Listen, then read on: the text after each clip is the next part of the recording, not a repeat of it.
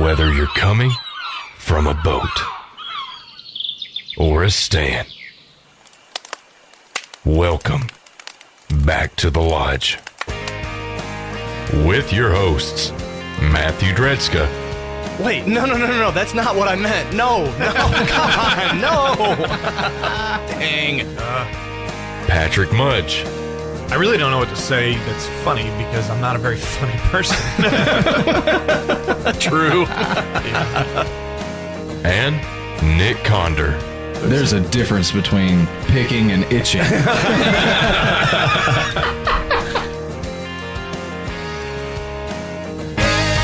tell me they're gone. I won't have nothing left. Don't tell me you're strong and you got no regrets. If thinking about us, thinking about then, thinking about how it could have been, don't cross your mind. So if you're doing fine, don't tell me. Don't tell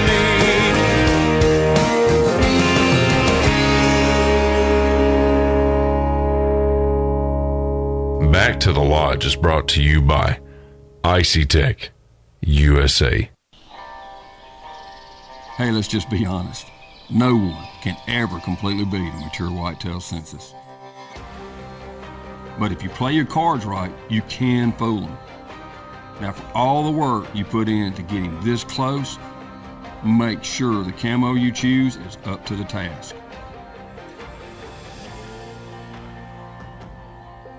Mossy Oak, made for moments like this.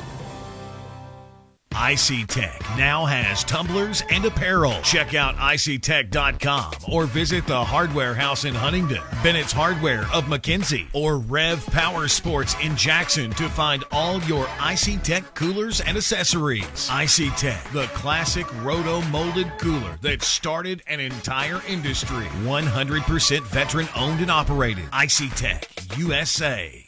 Get up.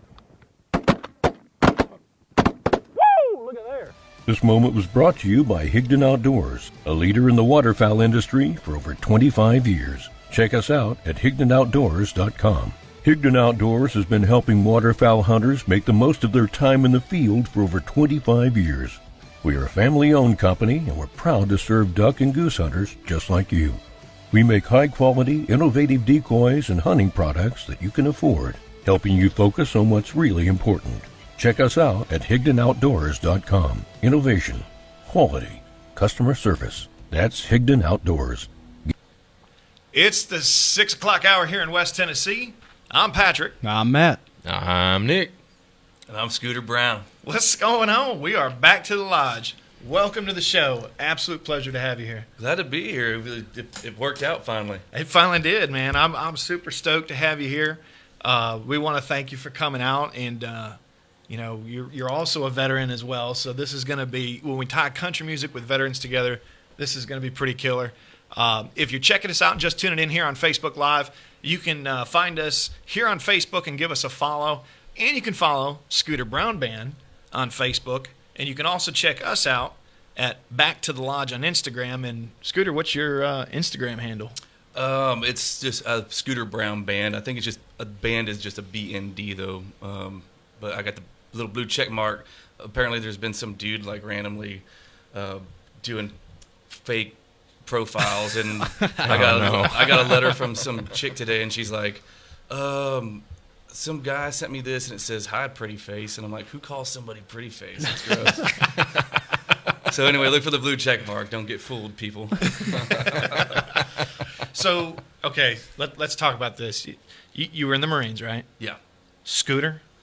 Yeah. Do you want me to call you Scooter? You want me to... It's one of those things that it is what it is at this point. I actually hated being called Scooter for a long time. In the Marine Corps, my buddies, we'd throw down about it. They'd call me Scooter, and I'd be like, oh, I'm going to choke somebody out. And when I got out of the Marine Corps, I started playing guitar down around Houston, Texas, and my buddy Brandon Robilia and I, he's kind of who I learned how to play guitar from, and we got our first paying gig, and they were like, well, what's your band name? And he's like, well, we don't have a band name. We're just two dumbasses on stools, like playing guitar, two jarheads eating crayons and playing music, and so anyway, he said, put Scooter Brown on the marquee. And so I showed up that night, and of course I pulled up and it says live music tonight by Scooter Brown, and I was like, man. But anyway, we ended up packing the place out with like all of his family from Texas and all the people that we met, and people started calling, asking to book Scooter Brown Band, and it just kind of stuck. And now just 15 years later, wow, here we are. So Scott or Scooter, I'm good with either one of them. Okay, so how long ago was this? Was it you got out of the military when? I got out towards the end of 2003. Okay, so and you said 15 years. Yeah. This has been going on. So you had a couple years in between, or? Yeah, so I was kind of crazy. So I actually I joined the Marine Corps to be a lifer. I was planning on doing 20 years, and I wanted to retire. Mm-hmm. But I learned how to play guitar in the Marine Corps. Okay. And I started writing songs in the Marine Corps. And I was in the invasion of Iraq in 2003. I was a scout with Light Armored Reconnaissance. I was over in Iraq with the 15th MU. Okay. And I just decided last minute that I had my reenlistment going to Bridgeport, California, to be a mountain survival instructor. And I was like, man, I wonder if I could do anything with this music stuff. So I decided to get out at the last minute, literally, and I moved to Texas. I'm not from Texas originally. Okay. I'm originally from Colorado. So you went from Colorado to Texas, and I went from Ohio to Texas. I was in Lake Jackson. Okay. So you were just north of me. Yep. And then now I'm here. And you've been all over. Right. And now we were also looking, too, you were learning this, and you ended up moving around, but what made you pick up that guitar? I've always loved music. I mean, I've always felt a passion for music and songwriting. And I actually started writing, I actually don't tell a whole lot of people this, but I started writing like Western and cowboy poetry when I was in high school. Okay. And I was doing it for myself. I was a big Baxter Black fan. I loved his Western poetry, and I was on the high school rodeo team for 3 years.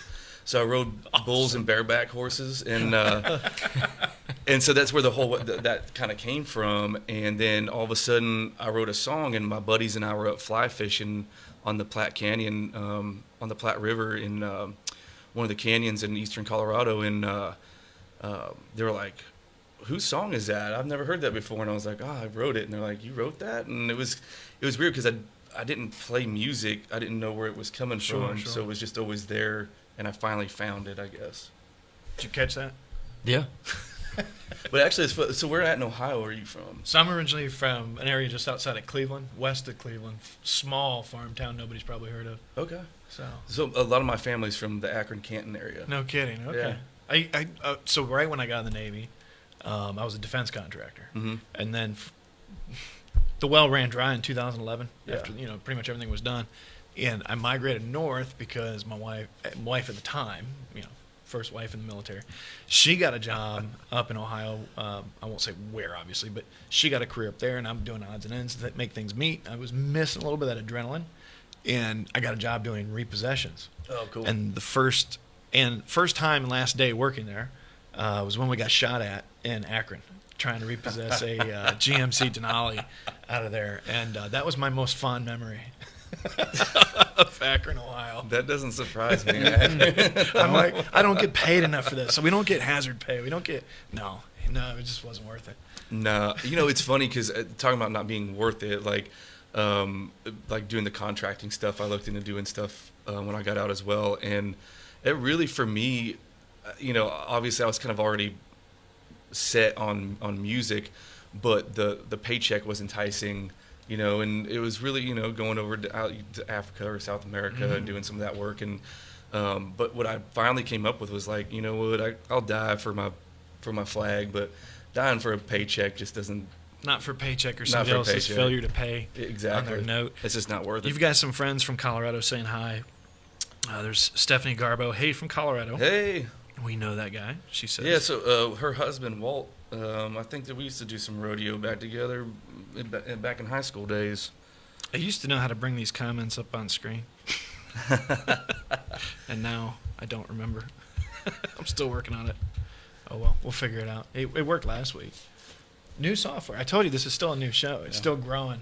But yeah, we've been following you now for a little while, and we met you through American Bourbon, and you're part of American Bourbon. We want to give them a little shout out. Switch over. We got our Gator with the Icy Tech mug with some American Bourbon. We'd probably be drinking it, but you've got quite a drive home. Yeah. So I didn't even want to ask or push that cusp, but we want to definitely thank American Bourbon for the introduction, specifically Derek, former Recon Marine. Yep.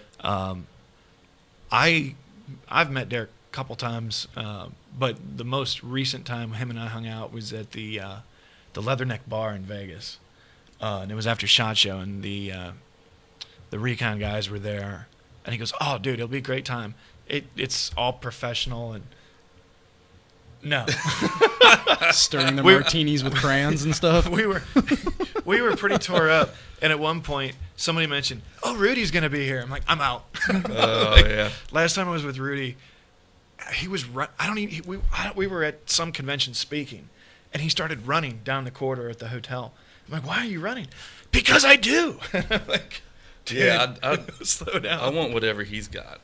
That's what I want. Well, like, hey, buddy, I need some of that energy. I don't know if I want his energy. But no, thank you to Derek, who's actually doing another podcast that was on at 5 o'clock. So I'm sure he's tuned in watching, but I wanted to give him a shout out as well. So, we brought you on. We talk about country music and the values of the outdoors. You're quite an avid outdoorsman yourself. Yes, what I can be. What got you into, kind of the same question before, what got you into the outdoors? Was there a family member or somebody that took you out? What's crazy is I really didn't grow up being taken into the outdoors. It's one of those things that I found myself through friends. Growing up in Colorado, being in the mountains, it was just kind of one of those things where we just spent so much time in the mountains and in the woods, and it just gave me such good perspective on life in general. I always kind of compare it to Colorado. Always put perspective to me because it reminded you how small you are in the universe. Like when you're staring at these huge mountains and canyons and stuff around you, and so I've always felt connected to the outdoors and to nature and hunting and fishing. Unfortunately, with the music, you don't get to do it as much as you like to. Sure. I'm usually, prime time, spring and fall. I'm usually like festival season. Oh, absolutely. So, I've gotten to do a couple of hunts in the last couple of years. But mainly a lot of the stuff that I do is with my organization, with Base Camp 40 Warriors in the Wild, which is a 501c3 that I started about 10 years ago. And I don't really get to do a whole lot of hunting through them because I'm on the board and everything, so I don't really take any of the hunts. But I just like to go and guide. We have a big elk hunt every fall, and I was just out on guiding that for about 5 days or so. And that's awesome. I just like being outside, and I'm more of a meat hunter at the end of the day. So if I can put something in the freezer, then that's awesome. Well, and that's why we knew a little bit more about you than you probably knew about us coming into it. And we all hunt together, actually. And that was one of the things we talked about before the show. And we have freezers out there. Not the coolers. We have coolers, too, but the freezers. And we all just put our meat in there. It's kind of community meat. That's awesome. So that's how we all share amongst each other. I think right now, how many do we have in there, Will? About 9? Yeah. 7 or 9? 7 or 9? 7? 6 with 3 more coming. Okay. So we got 11 deer amongst the three of us. That's awesome. And that's what we do. We just put it in there. We share. A couple friends have it. They have access to it, I should say. But Will has some property that we hunt at, and we, as all veterans, we just hey, if you need food, it's in the freezer, and we just grab it. People make stuff, sometimes bring it in. And that's awesome. But with you, to set up foundations like that, obviously we work with foundations, and we would love to support your foundation any way we can. Yeah, for sure. So they have, the meat's the most important part because, if the meat spoils or something goes wrong, then that's kind of the whole waste of the trip. So we want to make sure that we can help you guys. Yeah, that'd be amazing. So we'll definitely get you guys hooked up with some coolers up there, ship them up to you. Yeah, that'd be awesome. Break down more of it. So you guys, you're taking people hunting and fishing? So basically, when we had started it, it was kind of in the midst I won't say any names because I don't want to come across that way.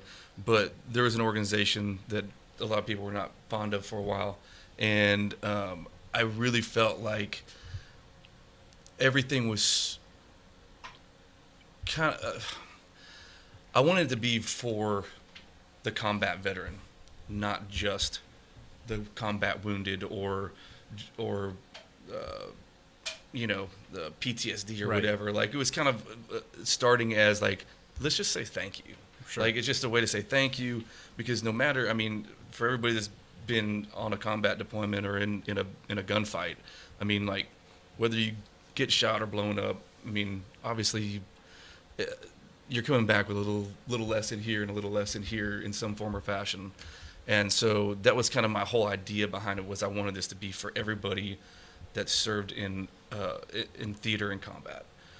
So that's how it started, and then it gradually grew into Gold Star families,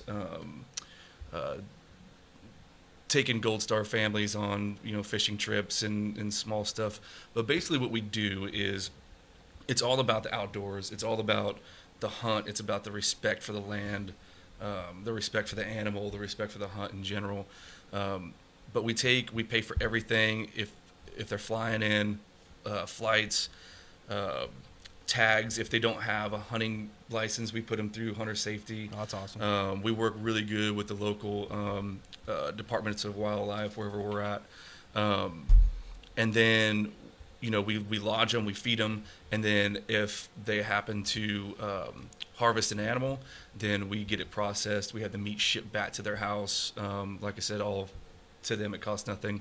A lot of times, depending on what the sponsorship looks like, I mean, we'll even get them, if they don't have a hunting rifle or a bow, we'll get them their own rifle that they can take back home with them and stuff like that. So it's a really cool organization, and the volunteers that volunteer to help. And this is all based out of Western Colorado. Okay. But we kind of do everything everywhere. The volunteers are amazing, some of the best people I've ever met, and really how this thing thrives is based off of private landowners. Right. Basically, somebody's got some land and they say, hey, man, I'll take 2 guys in the fall, whatever, and so we'll pay for the tags and everything and for them to get out there. And so it's usually somebody's property that's providing these hunts, because one, we all know that private land's way better to hunt on than public land. Oh, yeah. And in that way too, we can kind of be ourselves. Like, we don't let a whole lot of media involved in our stuff, like as far as like being on the mountains with it or in the woods with us. Sure. And it's just really, I mean, for me, it just feels like I'm still serving in some form or fashion or giving back. What's the website for that Base Camp 40? It's bc40hunts.org. BC40 Hunts. I'm going to put that up on the screen so people can give that a check. Sweet. And that's the same reason I got into the nonprofit work that I do, is it was my chance to give back. Mm-hmm. It's the selfish side of it is it's a weekend that when I run my event, it's a weekend that I get to hang out with like-minded people. Right. Because there's not a lot of us. Yeah. And it is so much fun. So you know a little bit about socks, and it's all active duty soft guys. And that weekend where there is no media, we do not allow media. It's a way for them to get away for the entire weekend, disconnect completely from everything. And it's the reward that I see them get out of it is what keeps pushing me forward to do it more and more and more and more and more. Yeah. And it's a blast, man. It's a blast. Well, yeah, and especially when you get some of those like high profile military guys, like especially the special operations dudes. I mean, they're obviously and rightfully so. I mean, people look up to those guys, and then they a lot of times they go somewhere and somebody finds out that they're a team guy or a group guy or whatever. All of a sudden, like you got people just kind of hounding them the whole time, and it's just like.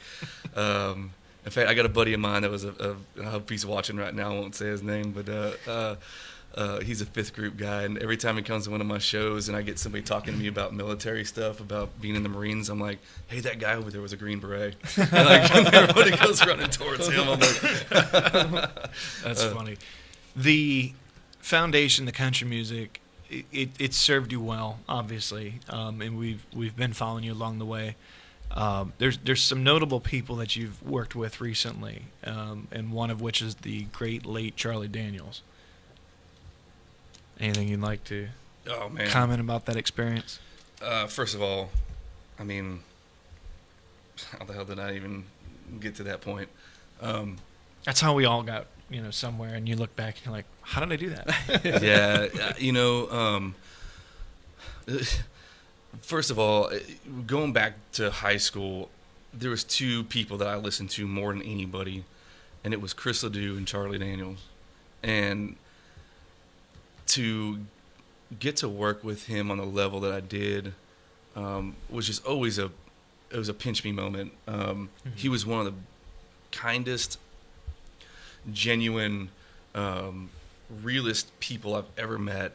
There's no better mentor in the music business than Charlie Daniels. He's a guy. He doesn't care if you're sweeping the floor, writing a check, you get the exact same from him no matter what. But I was down in Texas on the Texas circuit playing music, and I literally was like I was just kind of done with music. I felt bored. I was kind of doing the same thing over and over again, and I wanted to get back to the mountains or do something different, and I just felt like I was like just not in a great spot. And I went up to go I got asked, and at this time, this is probably like 6 or 7 years ago, and I mean, the music business, trying to break in the music business there ain't a whole lot of money in it in the beginning, man. And my wife and I mean, we were broke. We got 4 kids, and I was at my wit's end, and I told somebody that I would come up and do a benefit in Denver as part of the Navy SEAL Foundation. And it was for Danny Dietz. And my wife got so mad at me. She's like, how are you going to go up there for free and do a show? Like, we can't afford for you to do that. She's like, you need to cancel. And I was like, listen, I gave them my word I was going to be there. I was like, I can't cancel. I'm sorry. You're going to have to be mad at me. And I go up there, and I meet who's now one of my best friends, David Rutherford. He was a Navy SEAL, and he was emceeing the event. And he was like, dude, I love your story. I love your music and how you bring it to the table. He's like, you have a way to like connect with the audience. I fell in love with it. And I know this guy in Nashville who manages Charlie Daniels, and I'd love to hook you up with him. And of course you're going like in the music business, like, okay, buddy, we'll see if that happens, like, and we stayed in touch. And then within about 3 or 4 months, I get an email from a guy named David Corlew, and he was inviting, he said that Charlie had listened to my music and wanted me to invite me to come down to play his volunteer jam for his 80th birthday party in Nashville at Bridgestone Arena. Wow. And I was like, oh my gosh, like, of course, this is another thing that didn't pay nothing, but I don't care, matter, like, I'm going out there. So we go out there and then to Nashville, and magic happened. Every time I would go out there, magic happened. And then David started managing me, and things just started falling in place. And Charlie let me go out on tour with him, and I probably did about 60 or 70 shows with him over the course of 4 years. And yeah, man, it's just amazing. That's how it works. And we've been trying to tell Nick. What? So Nick, like I told you, we actually, for the audience that doesn't know, we were talking outside the studio before we started, and this kid, and this is where you could give some solid man advice, because we've been toughing Nick up. Nick's the one who's not a veteran, but you'd swear he was after a while, and we've been giving him some guidance. So I've worked with other country artists as well, with other stuff, with business. And when did we meet Nick, Matt? Was it back in August, wasn't it? It was July. No, it was before that. It was July, yeah. And Nick's like, oh yeah, I dabble. I went to school. He graduated from Bethel, and he's like, he played a couple of his songs. We're like, holy shit!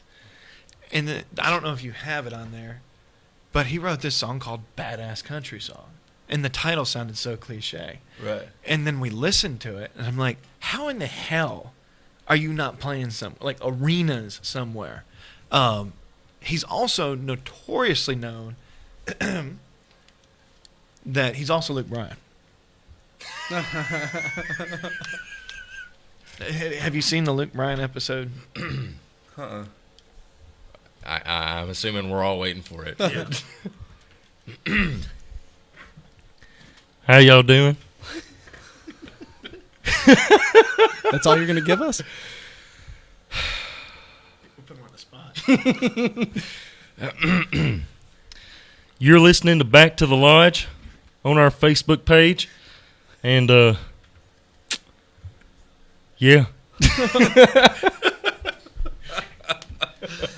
But for somebody who, I mean, that was the joke, obviously. That's pretty good. But for his music, well, I'll have to have you listen to it later. What advice could you give Nick? Because honestly, like when we listen to him, Matt and I, and we jam to your songs all the time, especially the one with the Pledge of Allegiance in it with Charlie. We were literally jamming that last night out back because everybody's like, oh, a couple people that still don't know you yet. They're like, oh, who's Scooter Brown? And you've got a bunch of songs out there. That's our go-to.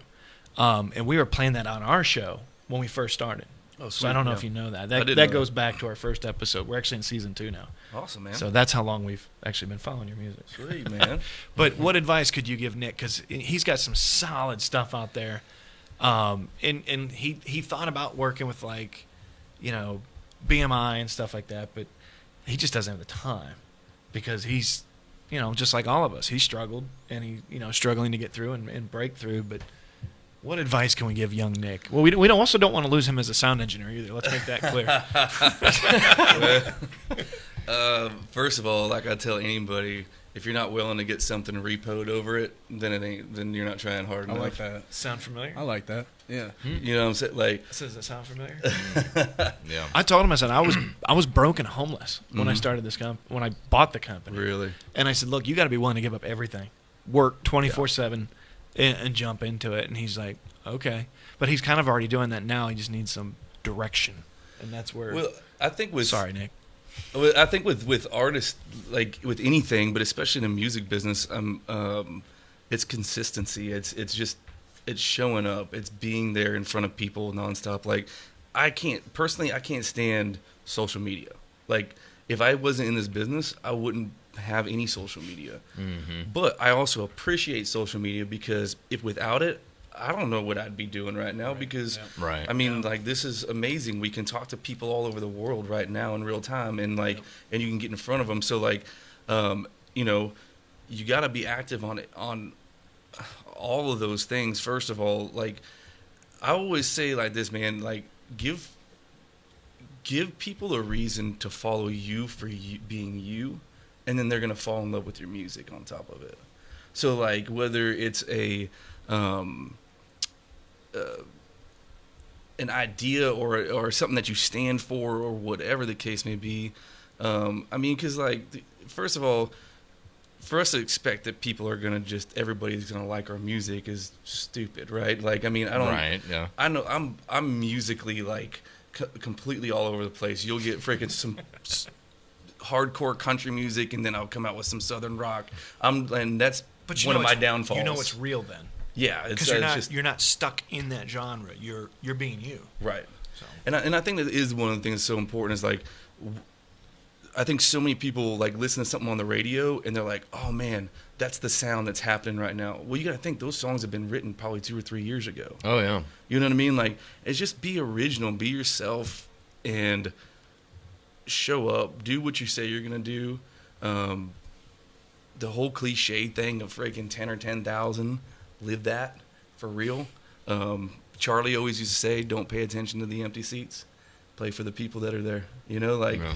And as far as like getting out, like, I mean, I had a record deal. It was great. It did a lot of good things for me. But I personally prefer to be independent because I want to be in control of it. I want to be in control of the money.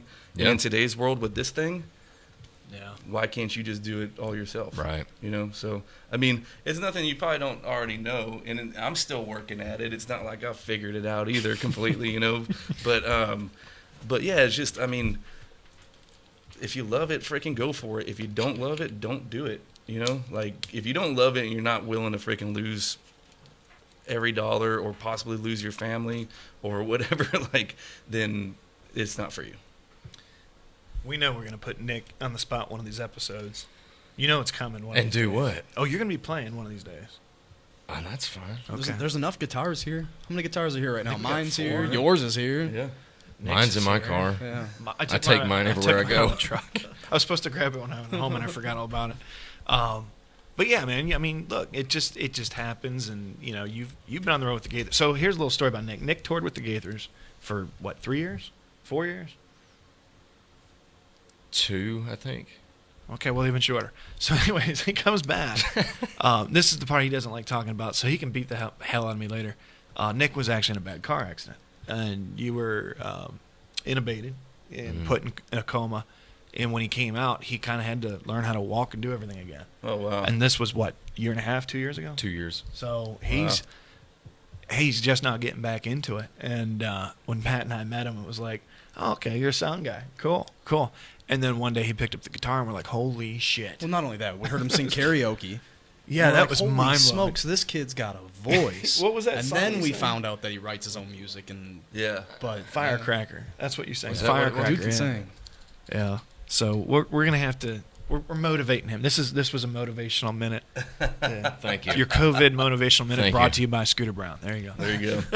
Yeah. So- it was awful, though. But we also noticed too you've done some work with Randy Travis as well. Yeah. Randy, I actually met Randy, crazy story, before he had a stroke.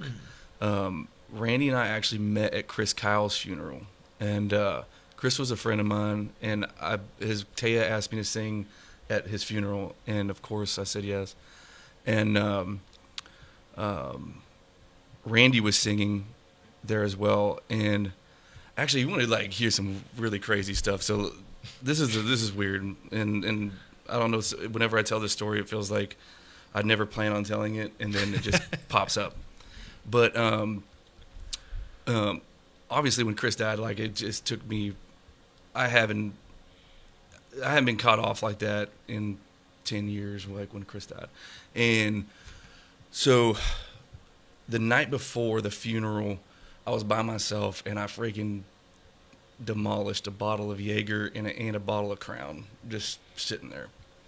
And the next day, I got up. I was so sick. I was throwing up. I mean, I was dying. And I completely lost my voice. I mean, it was like squeaking, and I was supposed to play this song. And Valor, which was based off of a conversation that Chris and I had, that Chris helped me write the first few lines of it.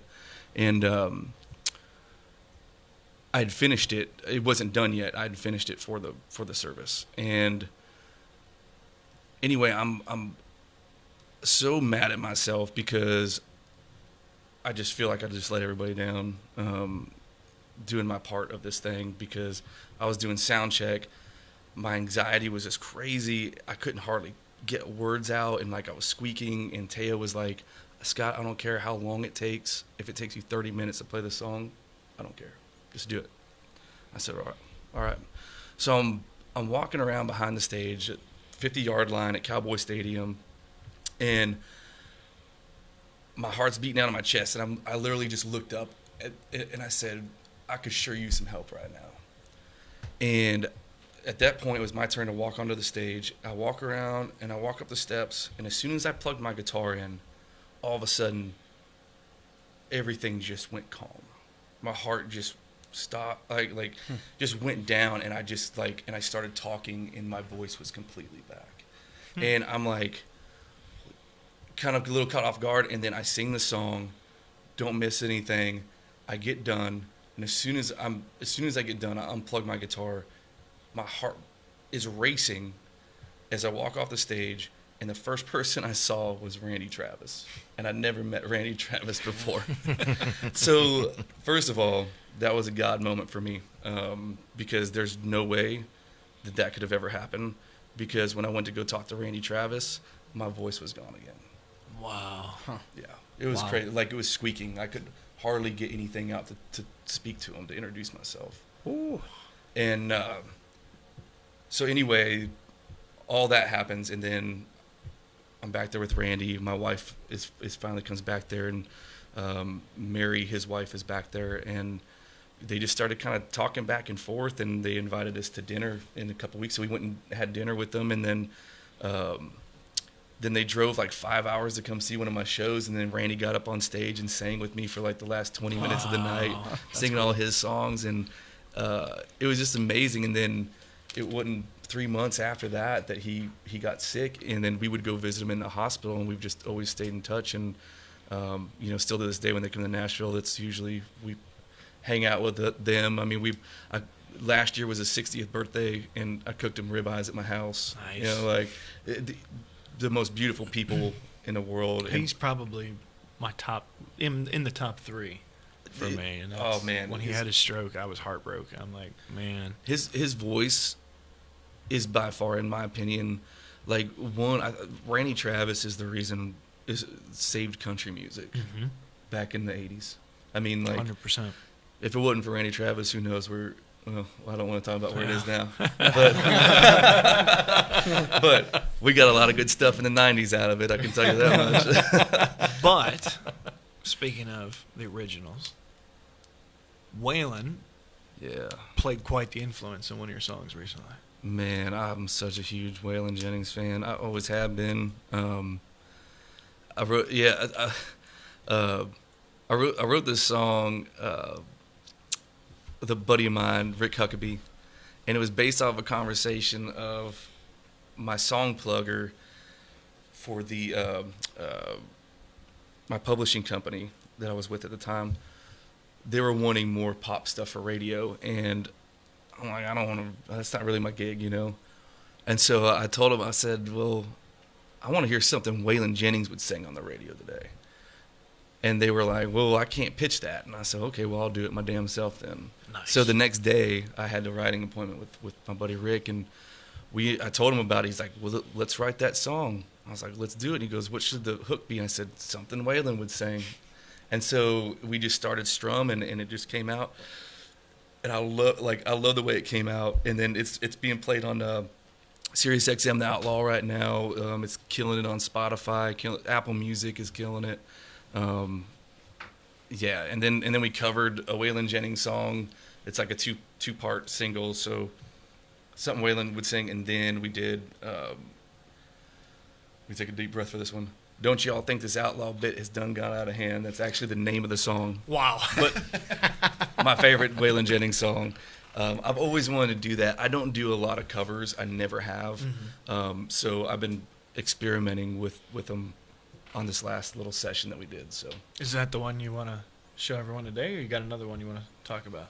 I mean, that one's I can do that one. It's not the greatest acoustic. Which one do you want to like? If people want to remember your music today, which one would you want to do in an acoustic, obviously? Dude, I don't have that song yet. I haven't wrote it yet. Oh, I don't have it yet. It's actually going with your flow. Sounds like a good song title. The song I haven't wrote yet. Yeah, that's true. I like that. I mean, I can do that one. I can do there's actually the next one that's going to come out. We're kind of staying on the hardcore kind of country theme. Like it. I actually wrote with Tim Montana. Called Country at All. We were sitting in his garage and the radio came on, and I was like, what station is this? Is this country station? He was like, yeah. I said, man, if this is country, then I don't know what I am, but I guess I ain't country. And Tim was like, grab your guitar, we're writing that. And so we just started writing that song. But yeah, I can play that one. Okay, we can do that. Yeah. So Nick, actually the best way to probably do this, Nick, if you want to kill these two mics and then bring their volume up, it's great to have a sound engineer in studio. Yeah. Well, and this is going to be, I think this is going to be the next single that we end up putting out. So, but yeah, something Waylon would sing is out now. You should definitely go check it.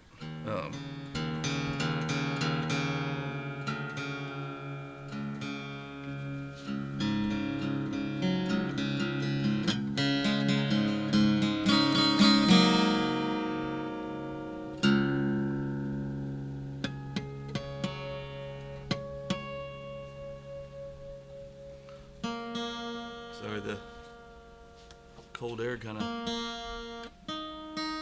Change me up here a little bit.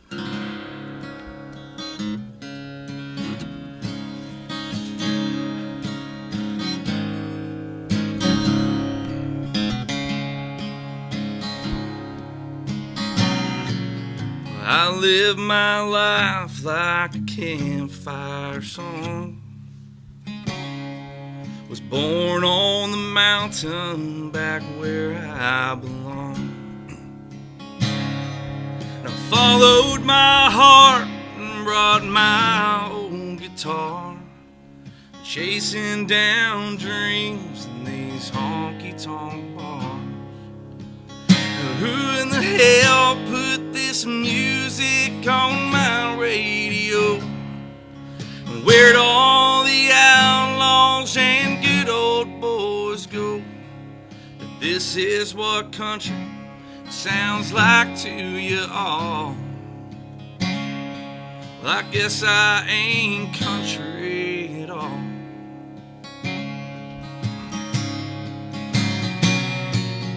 I found the city where my heroes once roamed.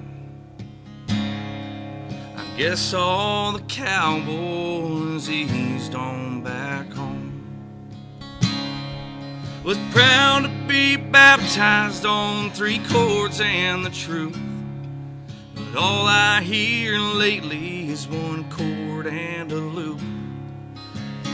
Who in the hell put this music on my radio? Where'd all the outlaws and good old boys go? If this is what country sounds like to you all,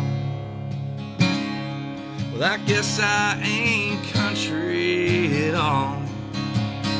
Who in the hell put this music on my radio? Where'd all the outlaws and good old boys go? If this is what country sounds like to you all, well, I guess I ain't country at all. I guess I ain't country at all. So I actually debuted this song on my debut on the Grand Ole Opry. And I was a little scared to do this song on the Grand Ole Opry because basically I'm talking trash about country music on a country music radio show. But they gave me the go-ahead to do it. But they said I wouldn't play that last verse if I was you. But I'll play it for y'all. Still looking for boots here that have ever seen dirt. And them skinny jeans you're wearing, bro, you might as well just go ahead and put on a skirt.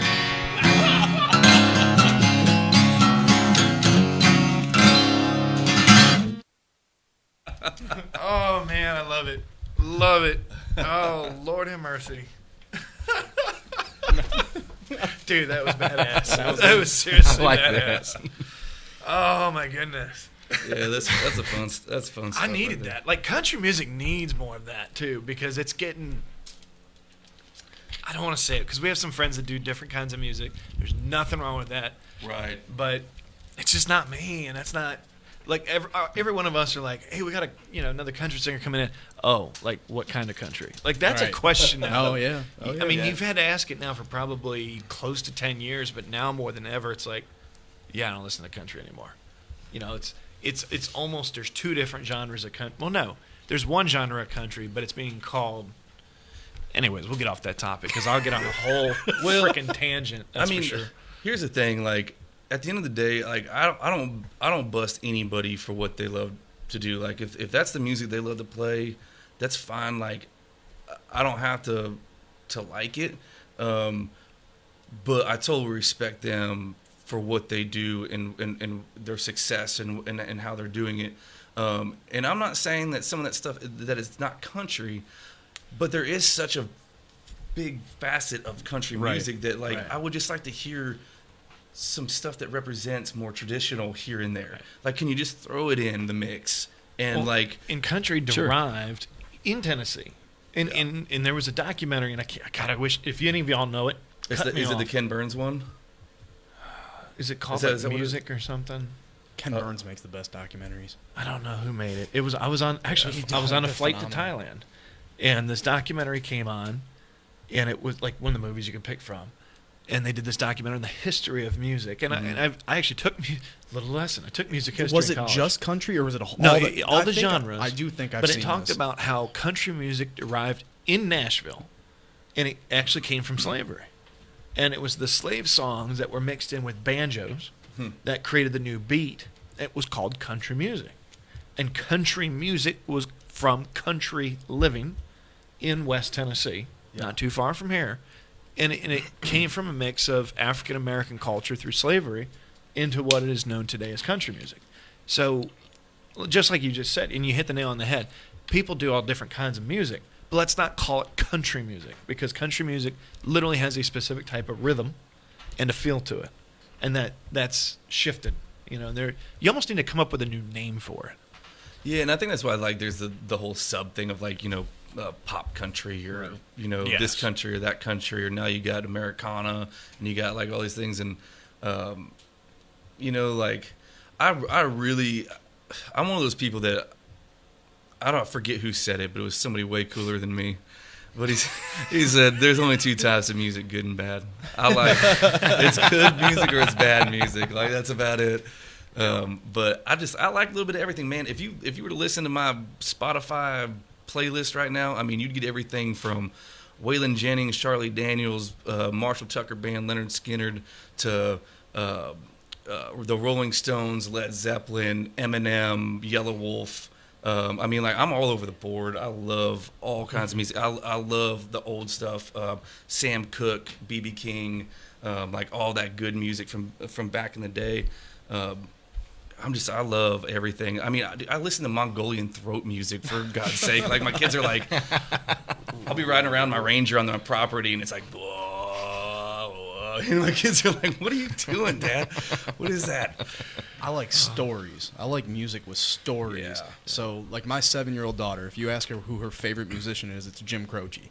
How many 7-year-olds even know who that is? Yeah. But to me, that is a storytelling dude. Yeah, that's cool. But there are so many facets to music, but good or bad is the best way to divide them. Yeah. It just is. And it's based. It's individually based. it's what you think is good or bad. It's not what I think. I'm not gonna tell somebody else what they should like or what they shouldn't like. You know what I mean? No. I write songs honestly. I don't write songs that try to appeal to anybody. I write them because I enjoy it, and I put them out hoping that other people like them.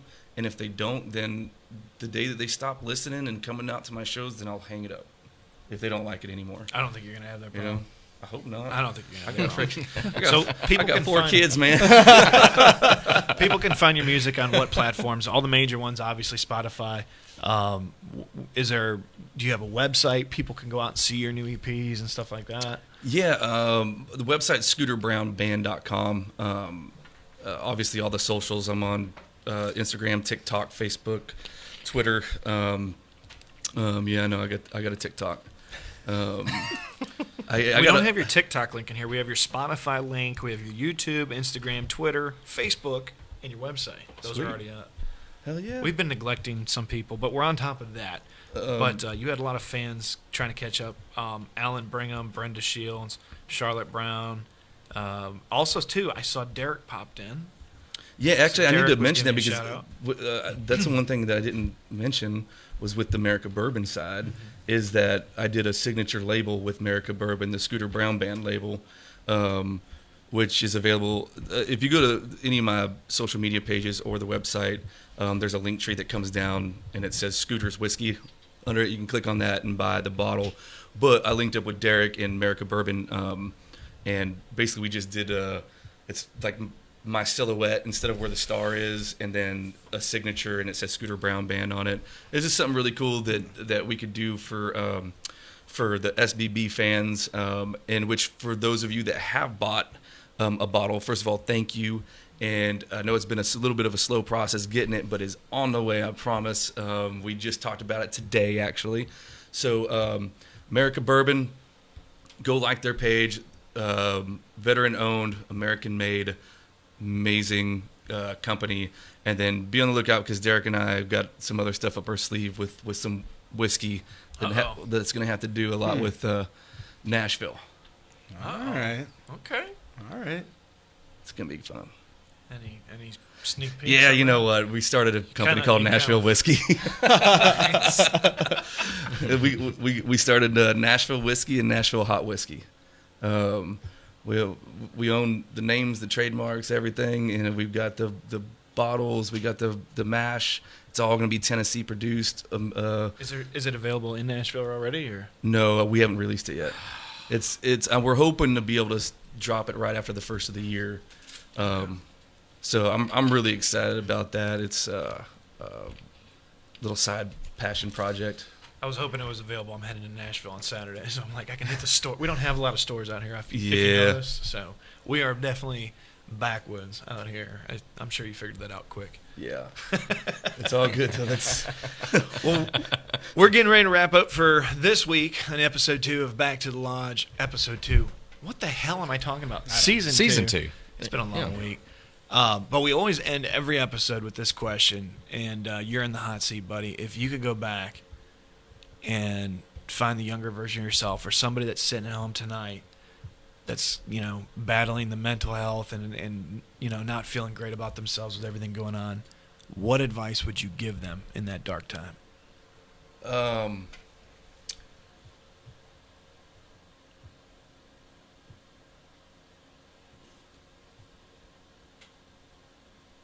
Man,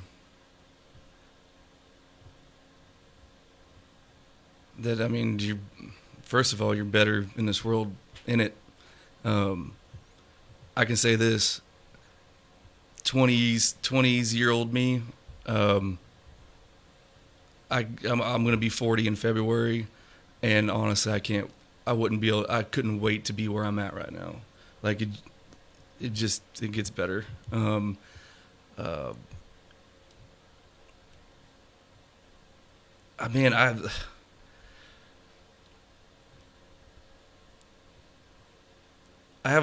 It's crazy. I have this answer in a song that I wrote already, and especially going out to veterans, talking about that side of things. It's called "If I Make It Out Alive," and it's basically a song that I wrote off of a promise I made to God when I was in Iraq, that if I made it out alive, I was going to just be the best man I possibly could be. And I have tried to live up to that for the people who don't get to anymore. So instead of feeling bad about things that happen, instead of feeling bad for myself because I'm living here, I'm living my life for the people who don't get to live it. So I'm going to live it to the best of my ability. I'm going to be the best father I can be. I'm going to be the best husband, be the best friend. I'm going to be the best person to other people. I'm going to be passionate about what I'm about. Like I said, my family is so important to me. My wife, I've got 3 girls and a boy. My 2 youngest are adopted.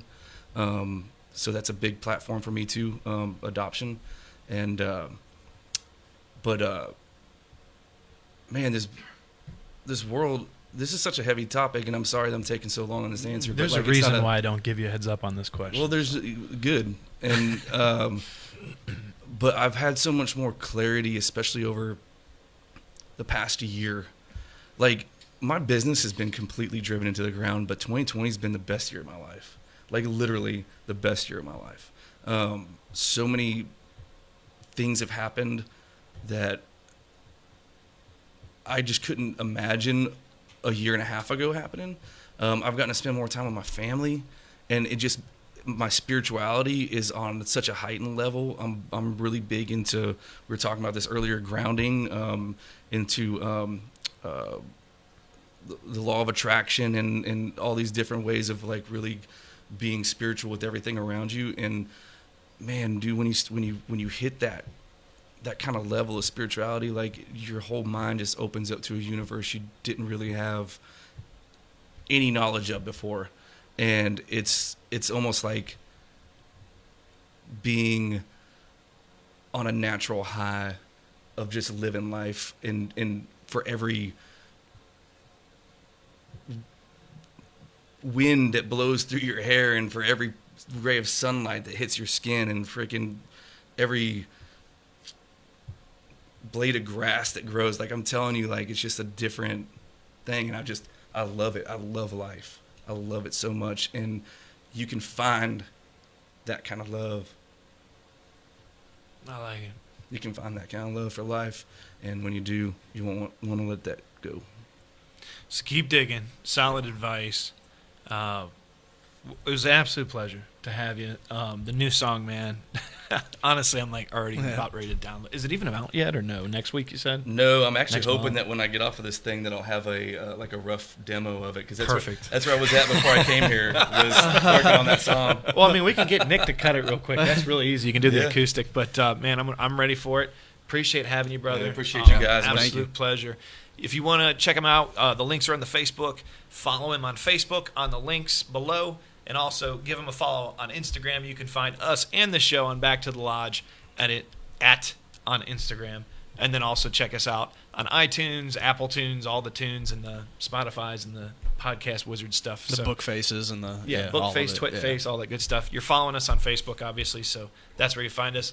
But until next week, as always, ask yourself, what are you grateful for? Live from Icy Tech Studios in West Tennessee, I'm Patrick. I'm still Matt. I'm Nick. Scooter Brown. And we were Back to the Lodge. We'll see you next week, guys. Take care. Hey everybody, Nick here from Back to the Lodge. Just want to let you know this episode was brought to you by Mossy Oak, Icy Tech USA, and Higdon Outdoors. Just want to give our sponsors a big thank you to everything that they've done for us. And hey, if you want to catch us live each Wednesday night from 6 to 7, right here on our Facebook page, Back to the Lodge Podcast. You don't want to miss it. So until next time, we'll see you when we head back to the lodge.